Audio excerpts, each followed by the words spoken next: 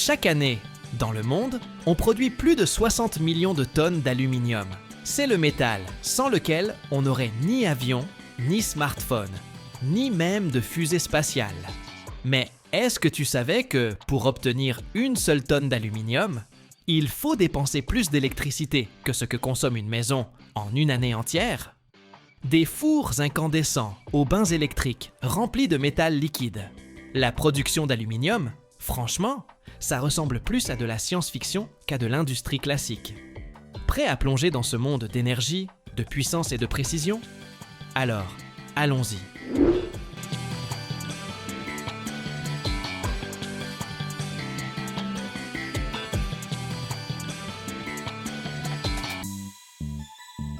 La production d'aluminium, ça commence par l'extraction de la bauxite, qui est le minerai d'aluminium le plus courant dans la nature.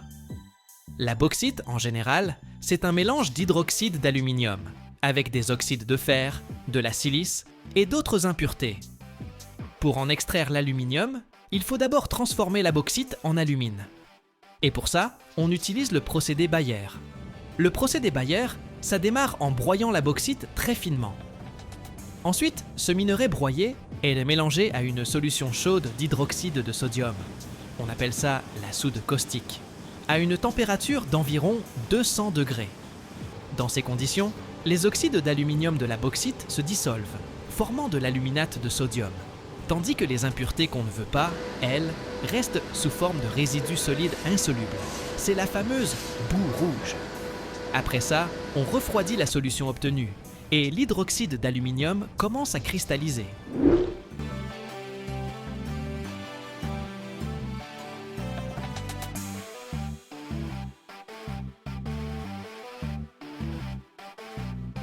Ces cristaux, on les filtre et on les lave bien. Ensuite, on les chauffe à très haute température, autour de 1000 degrés, dans des fours spéciaux pour éliminer toute l'eau. Ce qui reste à la fin, c'est de l'alumine pur, une poudre blanche qui est la matière première essentielle pour l'étape suivante, l'électrolyse, qui va nous donner l'aluminium métal. L'électrolyse, c'est le processus clé dans la production d'aluminium, celui qui transforme l'alumine en aluminium métallique. Ça se passe dans des cuves d'électrolyse spéciales, remplies de cryolite fondu. La cryolite, elle sert de solvant pour l'alumine. Elle permet surtout d'abaisser la température de fusion de l'alumine de plus de 2000 degrés à environ 950 degrés, ce qui rend le processus beaucoup moins gourmand en énergie. C'est déjà ça. On ajoute donc l'alumine à la cryolite fondue dans la cuve, où elle se dissout. Puis, on fait passer un courant électrique super puissant à travers ce bain fondu. L'électrolyse va alors casser les molécules en leurs composants, l'aluminium et l'oxygène.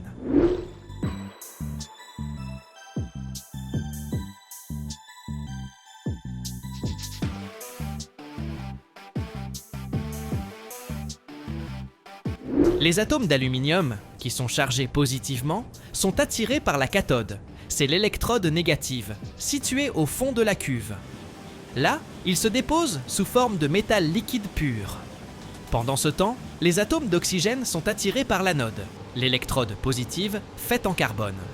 Sur l'anode, l'oxygène réagit avec le carbone, formant du dioxyde de carbone, CO2, qui s'échappe dans l'atmosphère. Cette étape, elle consomme une quantité phénoménale d'électricité. Pour produire une seule tonne d'aluminium, il faut en général environ 15 MWh. C'est pour ça que l'électrolyse est l'un des processus industriels les plus énergivores au monde. L'aluminium liquide, obtenu à la cathode, est ensuite collecté et transporté pour être coulé ou traité. C'est grâce à ce processus qu'on obtient ce métal de haute qualité utilisé dans l'automobile, l'aviation, la construction et plein d'autres domaines.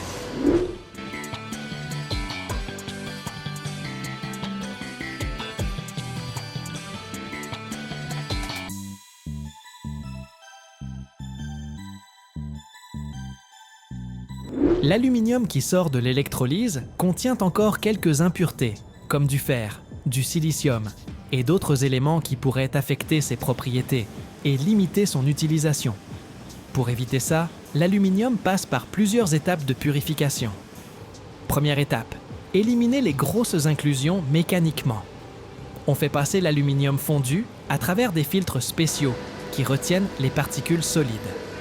Ensuite, on le purifie dans des fours de traitement en ajoutant des réactifs chimiques spécifiques qui vont attraper les impuretés restantes. Ces réactifs réagissent avec les impuretés pour former un laitier léger, une sorte d'écume qui flotte à la surface du métal fondu et qu'on enlève ensuite. Deuxième étape, le dégazage. Dans l'aluminium fondu, il peut rester des gaz dissous, comme de l'hydrogène, qui créent des bulles, des porosités, et nuisent à la structure du métal. Pour virer ces gaz, on fait barboter des gaz inertes, comme l'argon, à travers le métal liquide, ou alors on met le bain sous vide. Ce processus assure une structure bien homogène et augmente la résistance du matériau.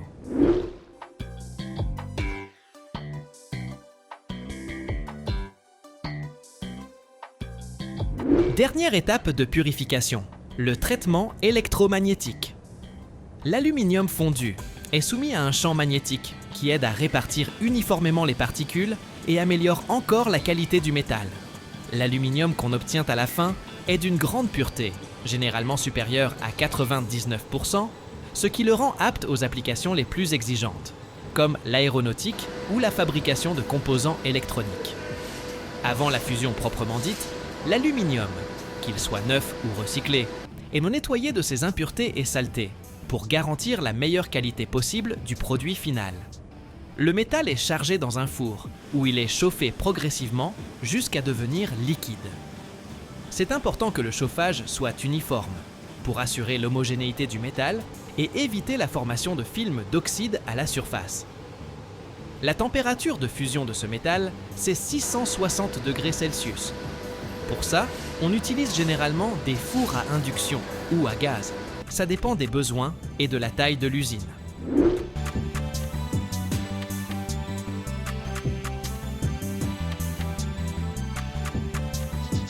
Pendant la fusion, on fait super gaffe à la sécurité.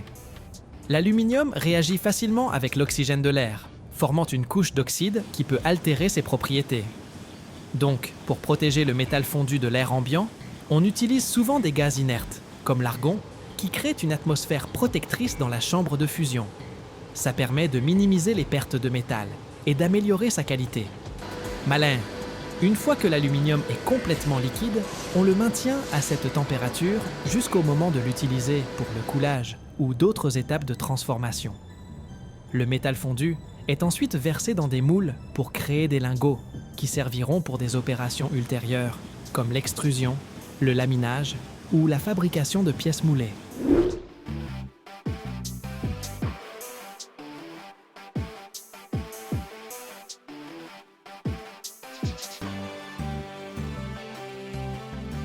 Le formage, ou moulage, c'est l'étape où l'aluminium fondu prend sa forme définitive en étant versé dans des moules spécialement préparés. Le type de moule dépend de la pièce qu'on veut fabriquer. Ça peut être un moule en sable, un moule métallique, appelé coquille, ou un moule en graphite. Chacun a ses avantages et ses spécificités. Les moules en sable sont les plus utilisés pour fabriquer des pièces grandes et complexes, ou pour des petites séries. On mélange du sable avec des liants pour créer un moule capable de résister aux températures élevées du métal fondu. Les pièces coulées comme ça ont une surface assez rugueuse, qui demande souvent une finition supplémentaire. Les moules métalliques, ou coquilles, sont faits en métal, comme l'acier ou la fonte, et servent à produire un grand nombre de pièces identiques. Ils garantissent une grande précision et une surface lisse au produit fini. C'est idéal pour les pièces utilisées dans l'automobile ou l'aéronautique, par exemple. Les moules en graphite, eux, sont utilisés pour fabriquer des pièces qui exigent une précision extrême ou une géométrie très complexe, comme dans l'électronique ou pour des composants spéciaux. Le graphite conduit mal la chaleur, ce qui permet de contrôler très finement la vitesse de refroidissement du métal.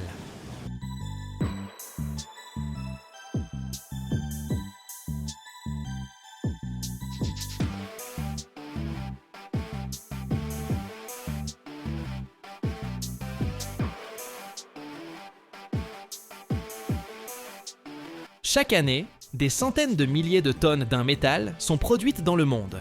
Un métal qui ne brille jamais dans les vitrines et ne devient jamais symbole de luxe.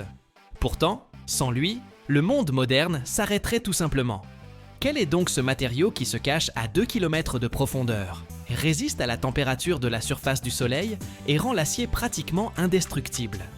Pourquoi, pour quelques kilos de ce métal, transforme-t-on des tonnes de roches? Et pourquoi les nations investissent-elles des milliards de dollars dans des mines et des fours dignes de l'enfer?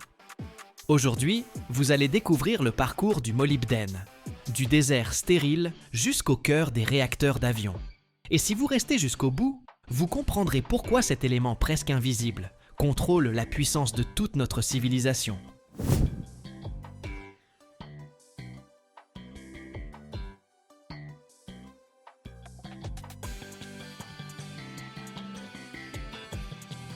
Le molybdène n'existe pas à l'état pur. Il se cache profondément dans la croûte terrestre, généralement associée au cuivre. Son extraction représente un défi que seuls quelques pays leaders peuvent relever. Le plus grand acteur sur ce marché est le Chili. C'est là, au cœur du désert aride d'Atacama, à plus de 2700 mètres d'altitude, que se trouve le légendaire gisement de Chuquicamata. Cette carrière gigantesque mesure près de 4 km de diamètre et 800 mètres de profondeur. Ici, le molybdène est extrait comme un précieux bonus du cuivre. Imaginez l'ampleur. Pour chaque tonne de minerai de cuivre, les métallurgistes n'obtiennent qu'environ 20 kg de concentré de molybdène. Pourtant, grâce aux volumes colossaux traités, le Chili assure près d'un tiers de la demande mondiale. Les États-Unis ne sont pas en reste grâce au gisement de Climax dans le Colorado. Cette véritable merveille géologique est exploitée depuis plus d'un siècle. La Chine et le Pérou accroissent également leur capacité, creusant des mines souterraines profondes et investissant des milliards de dollars dans l'automatisation pour extraire le métal depuis 2 km de profondeur.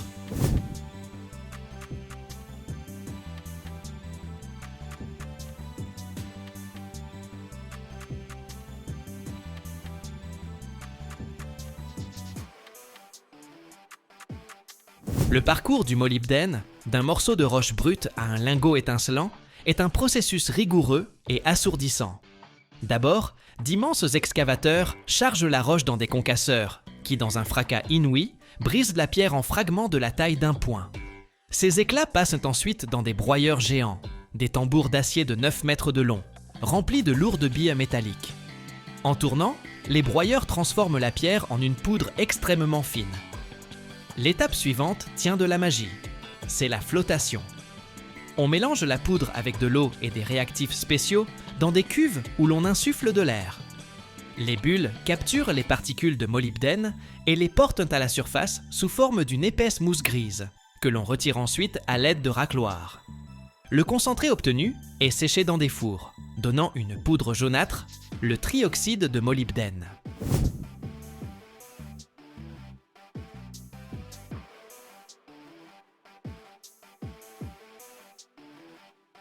Pour fondre le molybdène, on utilise des fours à arc électrique géants. Ce sont des structures massives à l'intérieur desquelles règne une atmosphère d'enfer incandescent. L'élément clé ici, ce sont les électrodes en graphite, des colonnes de carbone d'1 mètre d'épaisseur qui s'enfoncent dans la charge. Lorsqu'on y applique une tension colossale, un arc électrique aveuglant jaillit entre l'électrode et le métal. La température à l'épicentre de cet arc atteint près de 6000 degrés Celsius, une chaleur comparable seulement à celle qui règne à la surface du Soleil. Dans ce chaos de feu, au milieu du grondement incessant des décharges électriques et des nuages d'étincelles incandescentes, s'accomplit un mystère métallurgique. L'oxyde de molybdène se mêle au fer et, sous l'action du plasma, ils fusionnent en un bain monolithique. Le spectacle est fascinant. Le métal liquide bouillonne, comme la lave au cœur d'un volcan, et même les lunettes de protection les plus sombres des aciéristes ne suffisent pas à atténuer son éclat.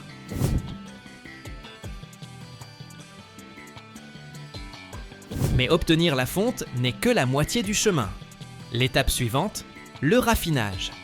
Pour que l'acier futur soit irréprochable, l'alliage obtenu doit être débarrassé des moindres impuretés et des gaz susceptibles de le fragiliser.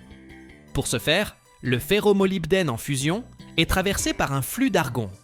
Ce gaz inerte circule à travers la masse métallique en millions de bulles, emportant littéralement vers la surface tout ce qui est superflu. Ce procédé permet d'atteindre une pureté du produit tout à fait remarquable, 99,5%.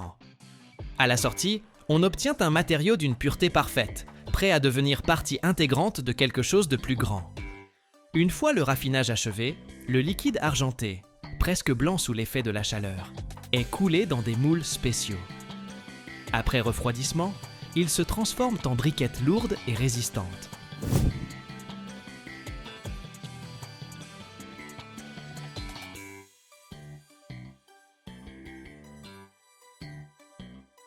Chaque briquette est un véritable trésor. Ce n'est pas simplement du métal, c'est l'énergie accumulée de milliers de kilowattheures et le travail de nombreux spécialistes. Ces briquettes sont emballées dans des fûts robustes et partent pour un long voyage aux quatre coins du monde, vers les plus grandes aciéries d'Europe, d'Asie et d'Amérique. Dans les aciéries, ces briquettes attendent leur mission finale. Dans les gigantesques convertisseurs où bouillonnent 200 tonnes de fonte en fusion, le ferromolybdène devient cet ingrédient secret. Dès que la briquette froide touche le métal liquide, elle se dissout instantanément, créant des liaisons carbure particulières au niveau moléculaire. Le molybdène agit comme une colle invisible et dans le même temps comme une armure. Il rend la structure de l'acier parfaitement homogène.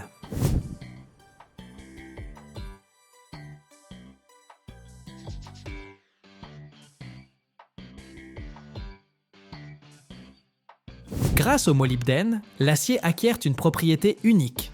Il ne se fissure pas sous pression critique et ne ramollit pas lors de surchauffe. C'est précisément pour cette raison qu'on l'utilise dans la fabrication des aubes de turbines, des avions à réaction, qui fonctionnent dans la fournaise infernale du moteur, ou pour les trépans qui mordent dans la roche dure à des milliers de mètres de profondeur. Sans cet alliage, l'industrie pétrolière moderne, les vols spatiaux et même l'artillerie lourde seraient impossibles. L'ensemble de ce processus dure environ 1 an et demi. La production mondiale de molybdène se maintient à un niveau stable de 280 à 320 000 tonnes par an, avec une croissance prévue jusqu'à 350 000 tonnes d'ici 2030 en raison de la demande pour les technologies vertes.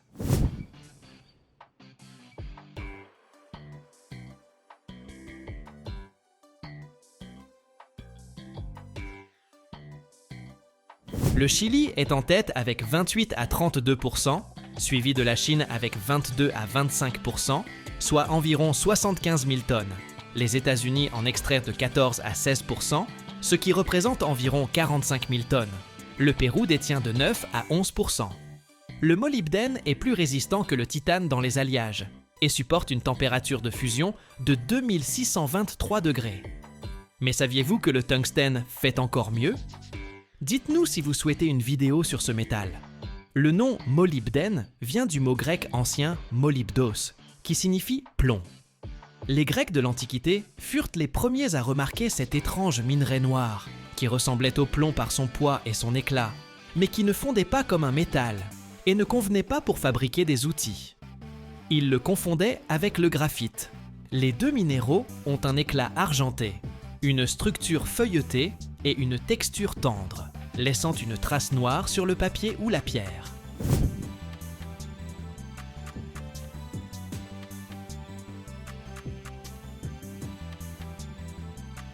Les Grecs utilisaient la molybdénite comme minerai de plomb pour les peintures ou les onguents, mais ne reconnurent pas le métal.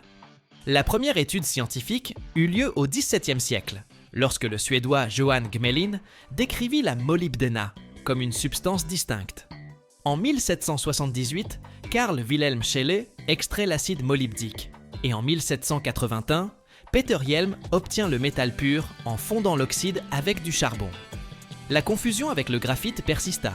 Le minerai fut même appelé graphite de molybdène. Ce n'est qu'au XIXe siècle que le molybdène fut reconnu comme essentiel pour l'acier. Henri Bessemer l'ajouta dans ses convertisseurs pour la résistance.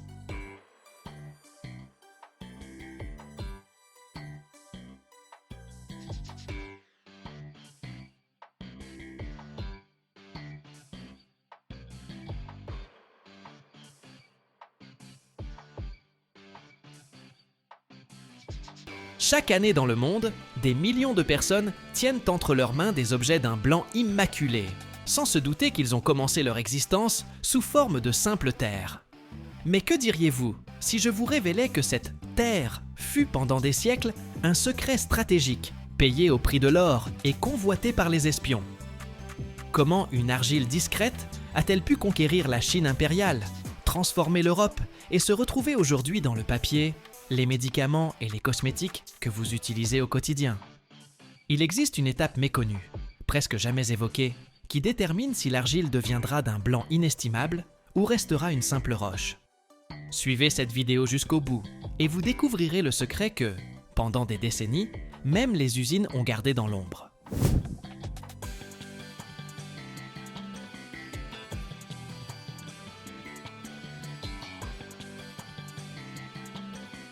L'histoire de l'utilisation du kaolin et de l'argile en général remonte à la nuit des temps et s'explique par les propriétés naturelles de ces matériaux. L'argile a toujours séduit l'homme par sa plasticité, sa blancheur et sa capacité à durcir lors de la cuisson, ce qui en faisait un matériau idéal pour la fabrication de poteries, de matériaux de construction et d'objets décoratifs dès l'Antiquité. Le kaolin, forme particulièrement pure d'argile, se distingue par sa haute teneur en aluminosilicate et sa teneur minimale en fer, qui lui confère sa couleur d'un blanc éclatant. En Europe comme en Chine, son usage s'est intensifié dès le Moyen Âge. En Chine, le kaolin est devenu la base de fabrication d'une porcelaine fine si précieuse qu'elle s'exportait sous forme d'objets de luxe dans le monde entier. Sa blancheur et sa texture délicate permettaient de réaliser des pièces vernissées et homogènes, sans équivalent parmi les autres matériaux.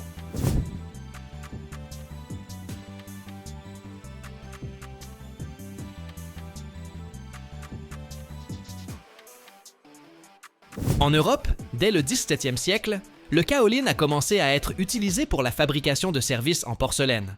Puis, à l'échelle industrielle, il est devenu un composant clé pour l'industrie papetière et céramique.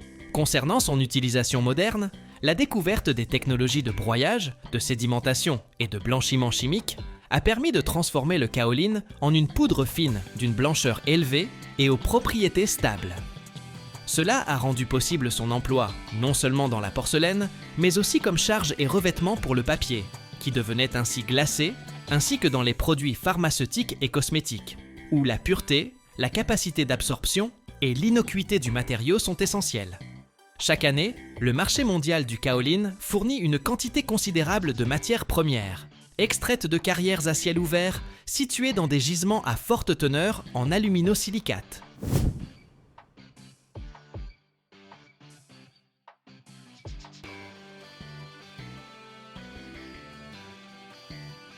L'extraction commence par la préparation du site minier ou de la carrière, où l'on retire la couche superficielle du sol, le bois et les pierres.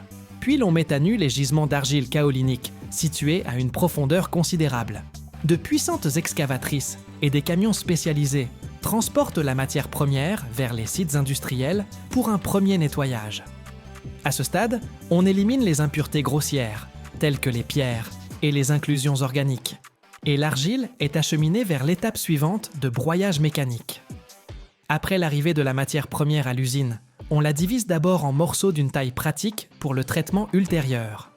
Les gros blocs sont retirés ou broyés à l'aide de concasseurs primaires, ce qui permet d'obtenir un matériau de taille moyenne, facilement acheminable vers les étapes suivantes du traitement. Cette phase est d'une importance capitale, car la granulométrie détermine l'efficacité du broyage ultérieur, de la sédimentation et de la purification chimique.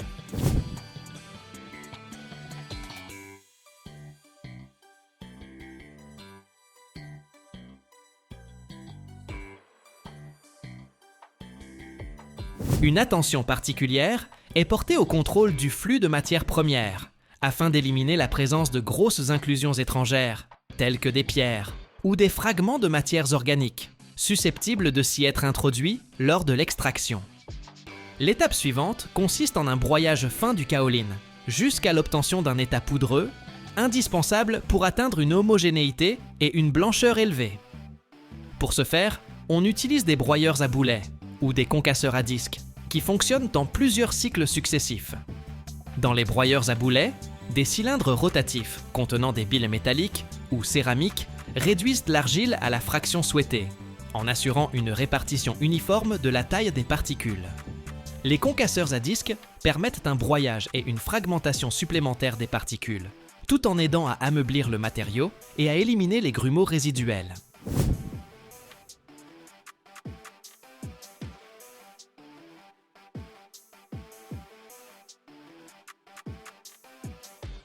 Après cette étape, le kaolin se transforme en un matériau fin, presque poudreux, qui présente une structure homogène et une plasticité optimale pour les opérations technologiques suivantes. La poudre de kaolin préparée est dissoute dans l'eau, formant une suspension épaisse qui est dirigée vers l'étape de sédimentation.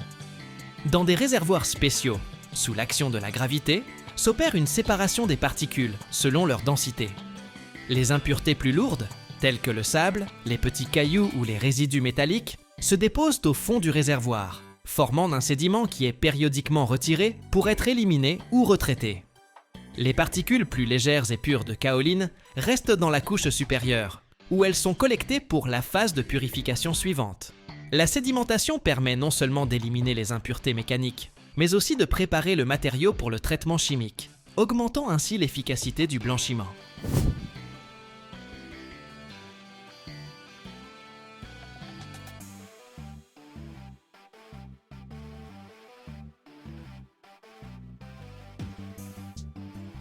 Pour atteindre un degré élevé de blancheur et d'homogénéité, on a souvent recours au blanchiment chimique.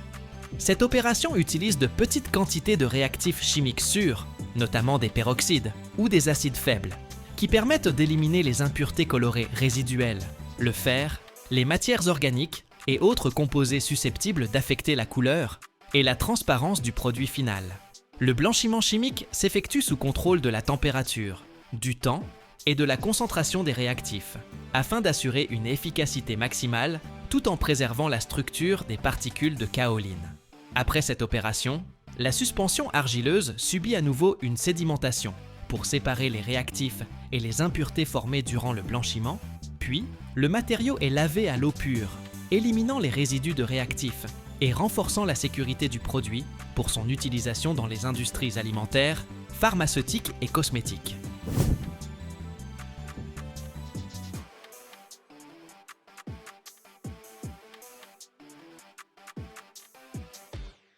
Le kaolin est ensuite séché et tamisé afin d'obtenir une poudre homogène de granulométrie définie. La sélection de la taille des particules revêt une importance capitale. Les fractions fines confèrent au papier brillance et lissé, tandis que les particules plus grossières sont utilisées dans la fabrication de la porcelaine pour améliorer la plasticité de la pâte. Le contrôle technologique à chaque étape comprend la mesure de la couleur, de la densité, du taux d'humidité et de la composition chimique, ce qui permet d'assurer une qualité constante du produit. Les principaux domaines d'application du kaolin témoignent de sa polyvalence. Dans l'industrie papetière, il sert de charge et de couche de surface, garantissant une blancheur éclatante et une meilleure reproduction des images imprimées. Dans l'industrie céramique, le kaolin constitue un composant essentiel des pâtes à porcelaine où il assure blancheur, solidité et plasticité des pièces.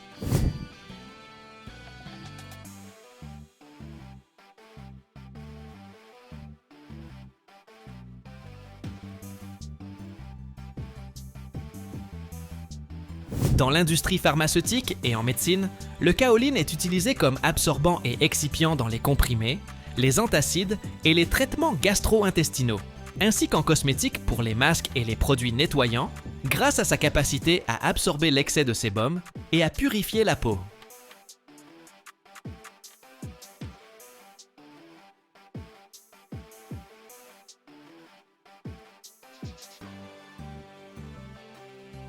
Chaque année, l'humanité extrait plus de 300 000 tonnes d'étain, un métal qui a transformé l'histoire aussi profondément que l'électricité ou Internet. Imaginez, quelques grammes de ce métal à l'intérieur de votre téléphone maintiennent ensemble des milliers de contacts microscopiques.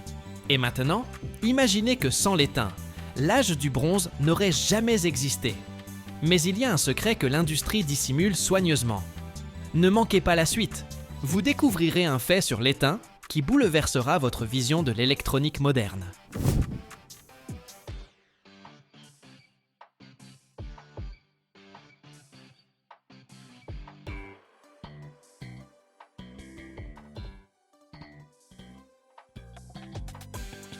L'étain n'est pas qu'un simple effet de mode. C'est un métal à l'histoire millénaire, profondément ancré dans le temps. Sa découverte fut une véritable révolution qui modifia à jamais le cours de la civilisation humaine, inaugurant ce que l'on nomme l'âge du bronze. Imaginez, les anciens artisans avaient appris à extraire le cuivre et à en fabriquer des outils.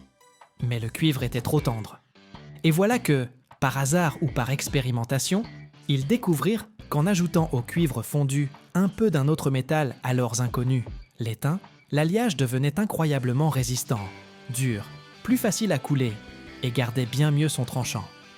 Ce métal, c'était l'étain. L'alliage de cuivre et d'étain prit le nom de bronze. Épée, bouclier, outils, parures en bronze. Tout cela devint soudain accessible, conférant aux civilisations anciennes un avantage considérable. Ce fut un véritable bond technologique qui transforma la guerre, l'agriculture et les arts.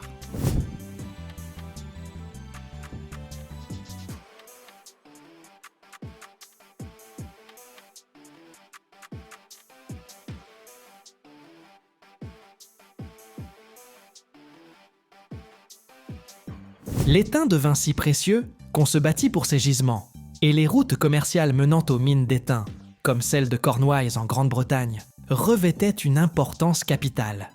Au fil des siècles, l'étain conserva sa valeur.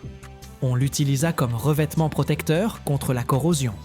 Le fer blanc, cette fine feuille d'acier étamé dont on fit les boîtes de conserve, en est l'exemple parfait. Il servit aussi à fabriquer des soudures tendres pour assembler les métaux, à produire des miroirs et même à créer des tuyaux d'orgue et des pièces de monnaie. Mais sa véritable renaissance survint au XXe siècle, avec l'avènement de l'électronique. Plus de 50% de la consommation mondiale d'étain revient désormais à ce secteur.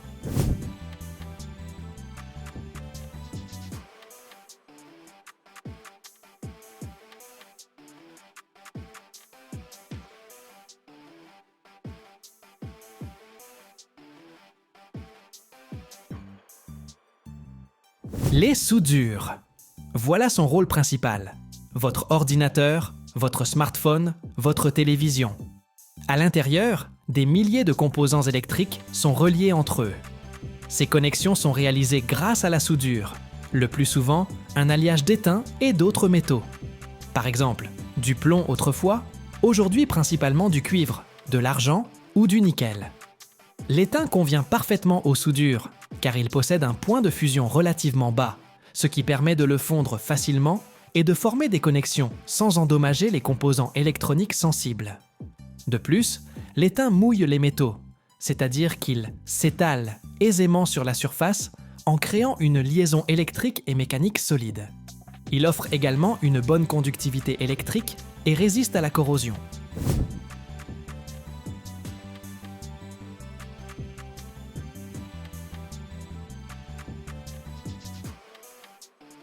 L'électronique moderne utilise ce que l'on appelle des soudures sans plomb, ce qui constitue une avancée majeure pour l'environnement. L'étain est le composant principal de ces alliages. Sans connexion soudée fiable, toute l'architecture complexe des circuits intégrés s'effondrerait tout simplement, et votre appareil ne serait plus qu'un amas de composants inutiles. L'étain sert à recouvrir d'autres métaux, notamment le cuivre, sur les circuits imprimés. Cela protège les pistes de cuivre de l'oxydation et facilite le processus de soudure. On l'utilise également pour revêtir les connecteurs, ce qui améliore leur conductivité électrique et leur résistance à la corrosion. L'étain n'est pas un élément très abondant dans la croûte terrestre. Son principal minéral est la cassitérite, c'est-à-dire l'oxyde d'étain. C'est un minéral assez dense, que l'on trouve souvent dans des gisements alluvionnaires, ce qui signifie qu'il peut être extrait des sédiments fluviaux ou d'anciens rivages marins.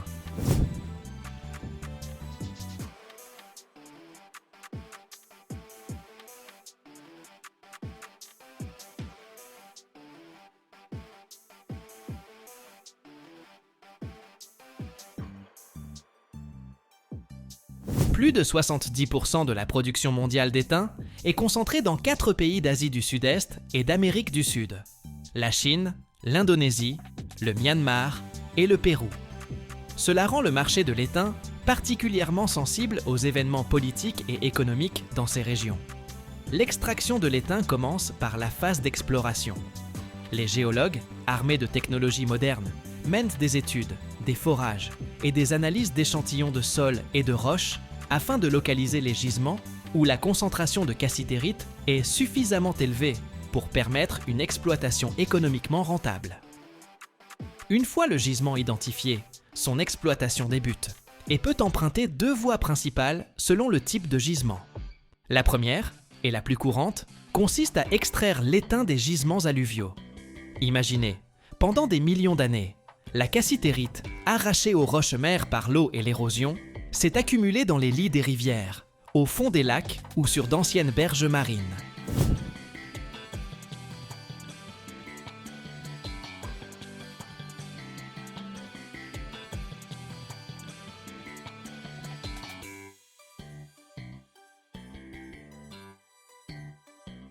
Il se déposait comme du sable sous forme de placers. L'extraction de ces gisements est souvent moins complexe que celle des mines souterraines. On y utilise d'immenses dragues, de véritables usines flottantes qui aspirent des tonnes de terre et de gravier au fond des cours d'eau. Ou encore des monitors hydrauliques, de puissants jets d'eau sous haute pression qui lessivent les sols des berges ou des flancs de collines contenant de la cassitérite.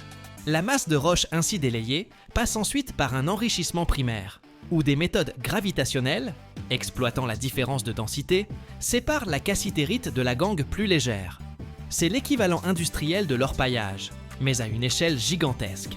La seconde méthode consiste à extraire le minerai de gisement primaire, où la cassitérite se trouve directement dans la roche dure. On y exploite alors des mines souterraines traditionnelles, comme pour l'extraction d'autres métaux.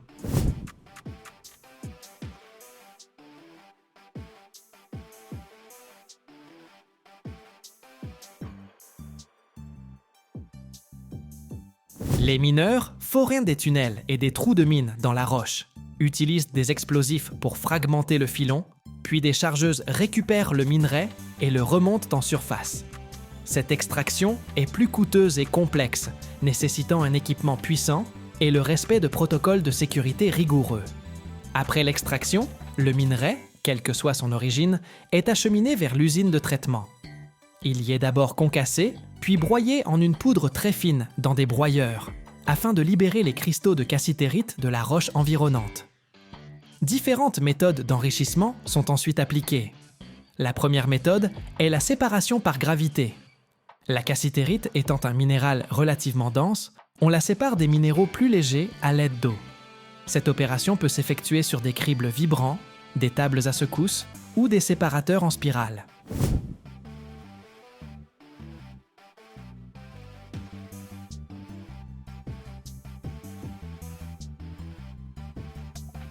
La deuxième méthode est la flottation. Pour enrichir davantage le minerai ou séparer la cassitérite d'autres minéraux, on utilise parfois la flottation. La cassitérite adhère sélectivement aux bulles d'air et remonte à la surface sous forme de mousse. Au terme de tous ces procédés, on obtient un concentré d'étain contenant plus de 50% de cassitérite, voire davantage. Ce concentré est ensuite acheminé vers une usine métallurgique pour produire de l'étain métallique pur. Là, le concentré, qui est un oxyde d'étain, est mélangé avec du charbon, qui joue le rôle de réducteur, et des fondants. Les fondants sont des substances qui facilitent la séparation des impuretés. Ce mélange est chauffé dans des fours spéciaux à des températures élevées, généralement autour de 1300 degrés Celsius. À ces températures, le carbone capte l'oxygène de l'oxyde d'étain, libérant ainsi l'étain métallique pur, qui fond et s'écoule au fond du four.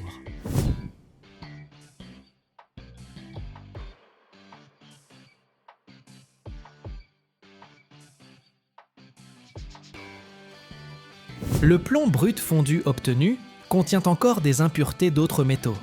Il passe donc par une étape cruciale supplémentaire, le raffinage.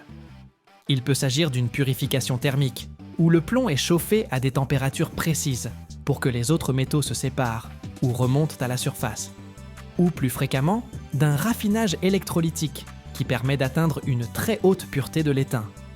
Une haute pureté, c'est-à-dire quasiment 100% dans ce cas, vous imaginez ? Cela s'avère absolument essentiel, en particulier pour l'industrie électronique, où les moindres impuretés peuvent affecter la conductivité électrique et la fiabilité des composants.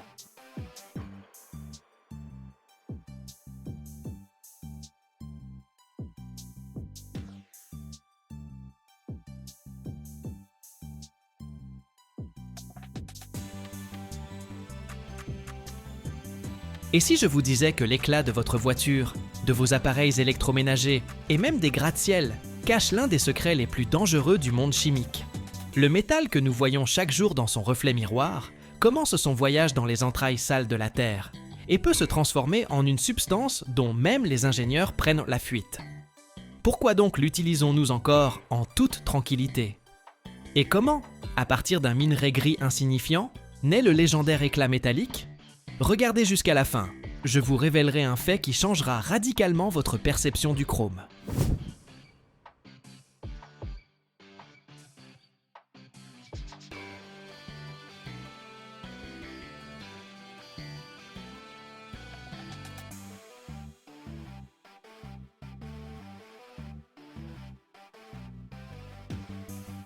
Le chrome est le véritable directeur artistique du monde chimique. Une célébrité métallique qui adore l'attention et la brillance. C'est lui qui veille à ce que vos couverts ne se transforment pas en horreur rouillée et à ce que votre moto ait l'air tout juste sortie d'un atelier du futur. Un vrai dandy métallique, mais pour accéder à son essence élégante, il faut traverser tous les cercles de l'enfer industriel. Son nom d'ailleurs vient du grec chroma, qui signifie couleur. Et il porte bien son nom, car ses composés sont un véritable feu d'artifice. Du pigment jaune éclatant, dont on peignait autrefois les autobus scolaires, au vert intense utilisé dans les peintures. Il est littéralement le père de toutes les couleurs, tout en préférant arborer sa tenue blanc argenté, ultra tendance au lustre étincelant. C'est comme une célébrité qui dissimule, sous le fond de teint et les paillettes, le fait qu'au petit matin, elle ressemble à nous tous, grise et misérable, et que seul le travail acharné de l'industrie chimique en fait une star.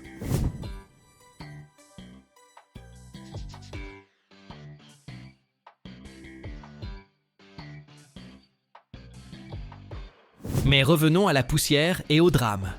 Ce magnifique séducteur est l'enfant de l'haltérophilie. La plupart de ces gisements, un véritable trésor de minerais de chrome, sont cachés profondément dans les entrailles de la Terre. Et savez-vous qui est le principal fournisseur de cet éclat? L'Afrique du Sud, mesdames et messieurs. C'est la véritable Mecque pour les amateurs de chrome, où des machines gigantesques, telles des dragons métalliques affamés, dévorent la roche. L'extraction de la chromite n'est pas une promenade de santé. C'est une affaire sale, gourmande en énergie et très sérieuse. Le chrome ne traîne pas en surface. Il exige qu'on descende jusqu'à lui, qu'on le creuse, qu'on le broie. Et ce n'est qu'ensuite qu'on commence à le persuader de livrer son éclat. Le minerai ne ressemble en rien au pare-choc polyphénal. Il est gris, rocailleux et, pour être honnête, absolument quelconque. C'est comme voir une star d'Hollywood sans maquillage, à peine sortie du lit. Un peu choquant, mais c'est la réalité. Après l'extraction commence le plus intéressant, la transformation du minerai en ferrochrome, un alliage de fer et de chrome, qui est la principale forme de transport du chrome pour l'industrie.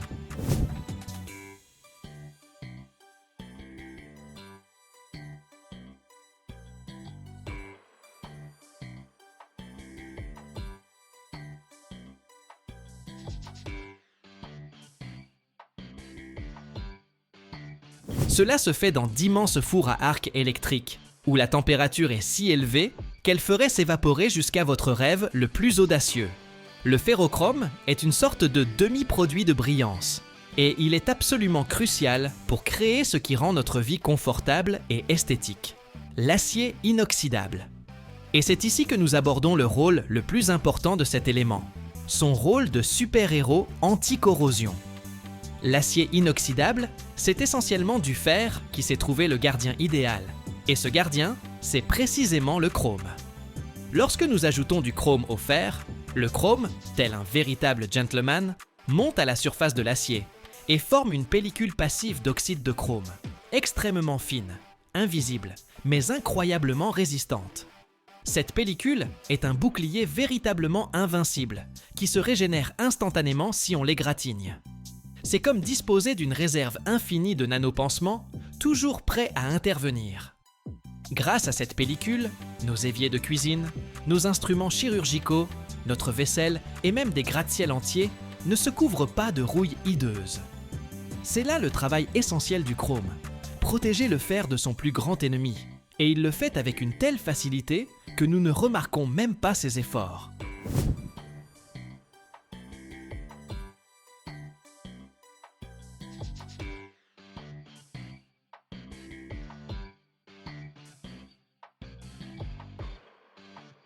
Il est si modeste lorsqu'il protège, mais si brillant lorsqu'il se met en valeur. Mais, comme toute star, le chrome cache un secret ténébreux. Et c'est là que nous enlevons nos lunettes roses, pour comprendre pourquoi la question de l'extraction est sérieuse. Dans sa forme la plus répandue et stable, le chrome possède un certain degré d'oxydation et constitue généralement un oligo-élément sûr, voire nécessaire à notre alimentation. Mais lorsque le chrome décide de raviver sa jeunesse rebelle et augmente son degré d'oxydation de 3 à 6, il se transforme en véritable méchant chimique, connu sous le nom de chrome hexavalent. Ce personnage est toxique, cancérigène, et nous le connaissons grâce au drame hollywoodien sur Erin Brockovich, qui a lutté contre la pollution industrielle de l'eau par cet élément. Vous connaissez cette histoire? Dites-nous si elle vous a plu. Le chrome hexavalent n'est pas qu'une simple nuisance, c'est une menace réelle pour la santé des travailleurs dans l'industrie et pour l'environnement s'il n'est pas éliminé correctement.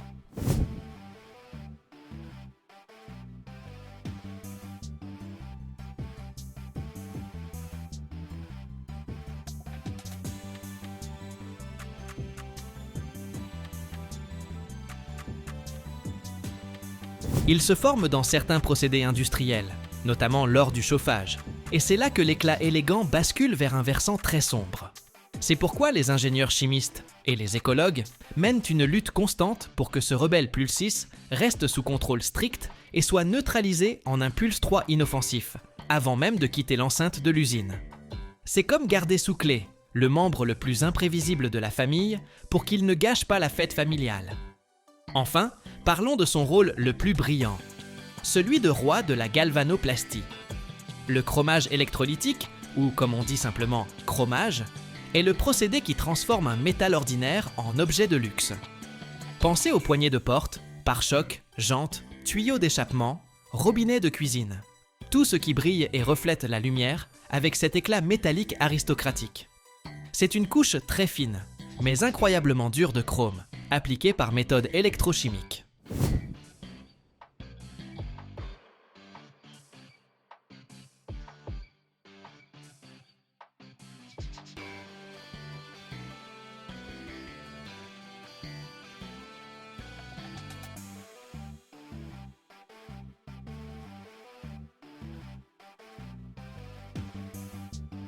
Il ne se contente pas d'offrir un aspect fantastique, il rend également la surface résistante aux rayures, à l'usure et bien entendu à la corrosion. Le processus de chromage est souvent assez salissant et complexe, nécessitant un contrôle extrêmement précis, mais le résultat en vaut la peine. Le chrome joue ici le rôle de revêtement brillant final, comme la touche ultime d'un artiste qui transforme son œuvre en chef-d'œuvre. Il s'attribue toute la gloire, alors qu'en dessous se cache parfois un simple cuivre ou nickel. C'est la façade métallique que tout le monde adore photographier. Voilà donc l'histoire du chrome. Il commence son voyage sous forme de minerai peu attrayant dans les entrailles chaudes et poussiéreuses d'Afrique du Sud, exige un processus de purification complexe et souvent dangereux pour abandonner ses habitudes toxiques. Et ce n'est qu'ensuite qu'il revêt son plus beau costume argenté pour devenir le protecteur et le roi de l'éclat dans votre quotidien.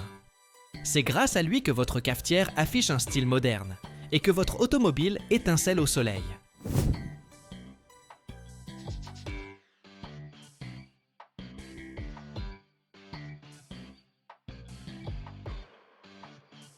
C'est un élément de contraste. Extraction sale, finition élégante, mortellement toxique à +6, bénéfique à +3, protection invisible et éclat aveuglant. Et tout cela pour que nous puissions dire « Oh, regarde comme ça brille !» Alors, la prochaine fois que vous admirerez l'éclat du chrome, souvenez-vous de ce lointain début poussiéreux dans les mines, là où cet éclat est né.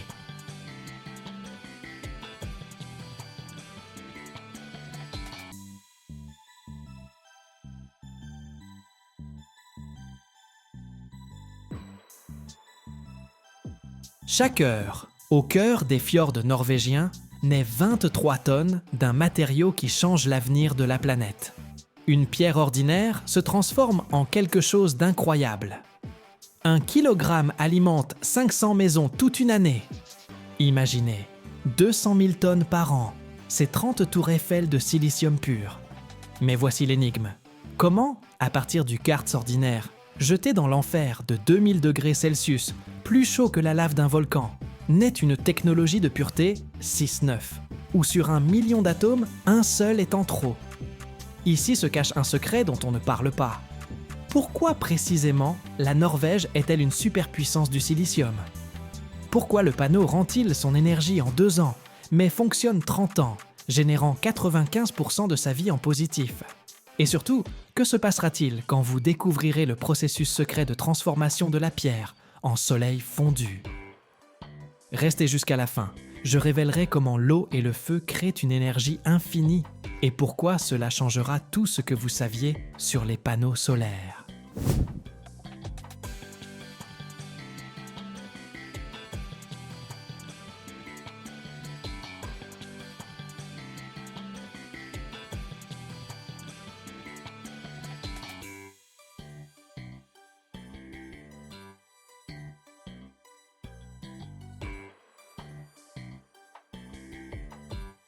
Tout commence non pas avec le sable de plage, mais avec son grand frère, le quartz.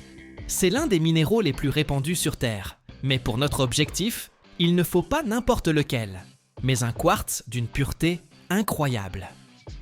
On l'extrait dans des carrières, et ces pierres blanches brillantes sont essentiellement du dioxyde de silicium figé. Avant d'arriver au four, il passe par un casting rigoureux.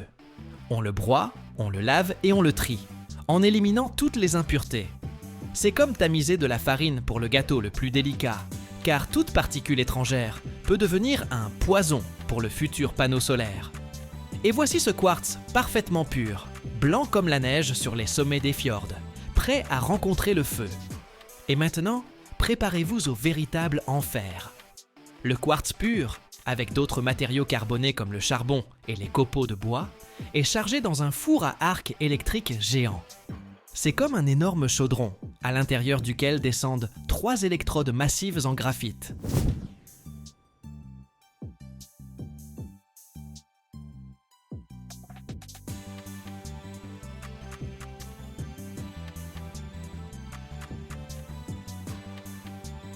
Quand on fournit le courant, un arc électrique jaillit entre elles, et la température à l'intérieur monte instantanément à 2000 degrés Celsius absolument infernaux. C'est plus chaud que la lave d'un volcan. À cette température se produit un miracle chimique. Le carbone du charbon et des copeaux arrache littéralement l'oxygène du quartz, libérant du silicium pur liquide. Dans le four bouillonne et tourbillonne une rivière aveuglante, blanc doré, de soleil fondu. Ce processus est incroyablement énergivore, et c'est précisément pourquoi ces usines sont situées ici, en Norvège, où elles s'alimentent d'énergie pure et bon marché provenant d'innombrables centrales hydroélectriques. C'est une symbiose unique de l'eau et du feu. Une fois toutes les quelques heures, dans un grondement et une fontaine d'étincelles, le silicium liquide incandescent est versé dans d'énormes cuves, où il commence à refroidir lentement. Mais ce n'est pas encore le silicium nécessaire pour les panneaux solaires. C'est ce qu'on appelle le silicium métallurgique, avec une pureté d'environ 98%.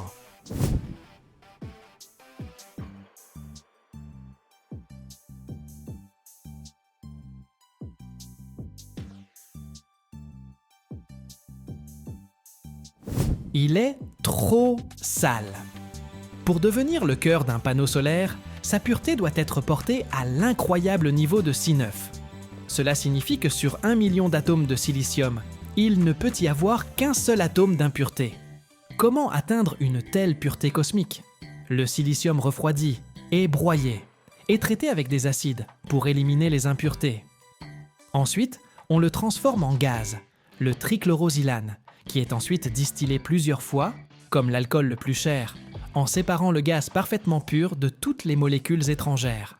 Et maintenant, de ce gaz parfaitement pur naît le cristal. Dans des installations de croissance spéciales, Ce gaz se dépose sur des tiges de silicium incandescentes et atome par atome, couche par couche, pendant de nombreuses heures, grandit un monocristal géant et parfait de silicium, appelé lingot.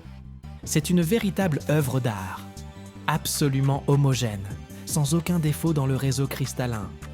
Ce lingot précieux, ressemblant à un miroir noir, est prêt pour la transformation finale.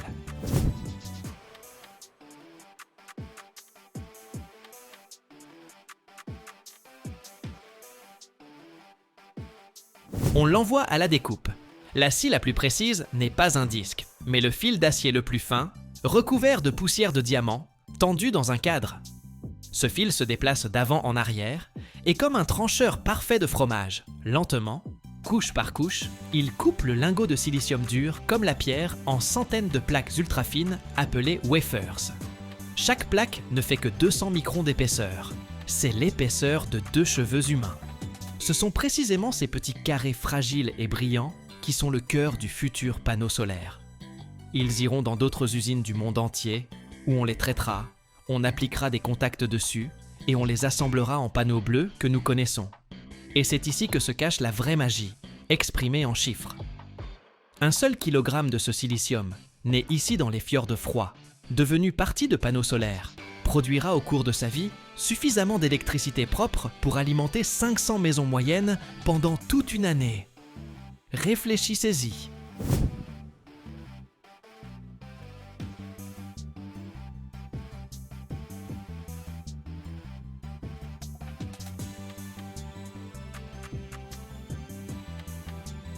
Un kilogramme de pierre, transformé par le feu et l'eau, alimente un village entier. Ce n'est pas simplement de la production, c'est un investissement dans l'avenir. C'est la preuve que même dans les coins les plus froids et les plus sombres de la planète peut naître une technologie qui offre au monde l'énergie propre et infinie du soleil. Et cette tendance est inarrêtable. L'énergie solaire est notre nouvelle réalité. Et son chemin commence précisément ici, dans le cœur rugissant des montagnes norvégiennes. Nous parlions de 200 000 tonnes de silicium par an. Ce chiffre est tellement énorme qu'il est difficile de l'imaginer. Essayons. Le poids des structures métalliques de la Tour Eiffel est de presque 7300 tonnes. Cela signifie qu'en un an, ces usines produisent suffisamment de silicium pour construire presque 30 tours pareilles. Cette quantité énorme représente une part significative de tout le polysilicium de haute pureté produit dans le monde occidental, faisant de la Norvège une véritable superpuissance du silicium.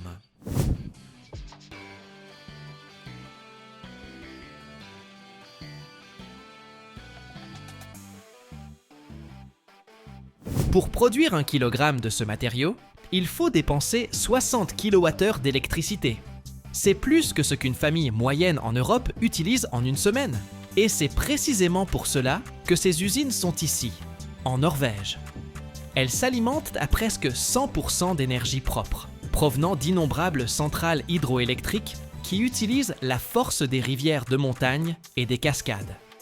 Cela fait du silicium, produit ici l'un des plus verts au monde. Mais le plus important, c'est le retour sur investissement. Nous disions qu'un kilogramme de silicium peut fournir de l'énergie à 500 maisons pendant un an. Mais voici le chiffre encore plus génial. Un panneau solaire fabriqué avec ce silicium rend toute l'énergie dépensée pour sa création en seulement 1 à 2 ans. Et il fonctionnera de 25 à 30 ans. Cela signifie que plus de 95% de sa vie, il travaille en pur positif, générant une énergie absolument propre. C'est l'un des meilleurs investissements énergétiques qui existent.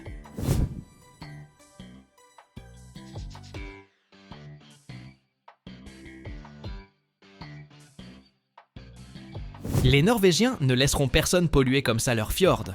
Les normes environnementales pour de telles usines sont parmi les plus strictes de la planète. Les émissions sont soigneusement filtrées, les déchets sont recyclés. Les usines travaillent constamment à réduire leur empreinte carbone. Donc, bien que ce soit une industrie lourde, les habitants locaux savent qu'elle fonctionne avec les technologies les plus propres possibles.